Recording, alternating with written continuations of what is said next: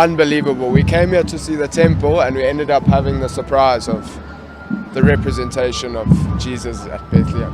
It's so beautiful here, and the people are so friendly. It's really a nice place to be at on a Sunday morning. Beautiful atmosphere and a great surprise.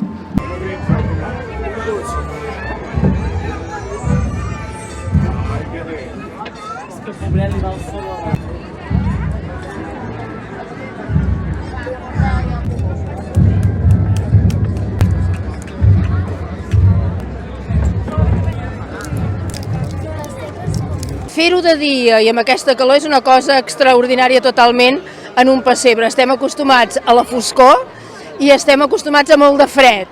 Prefereixo el fred que no calor.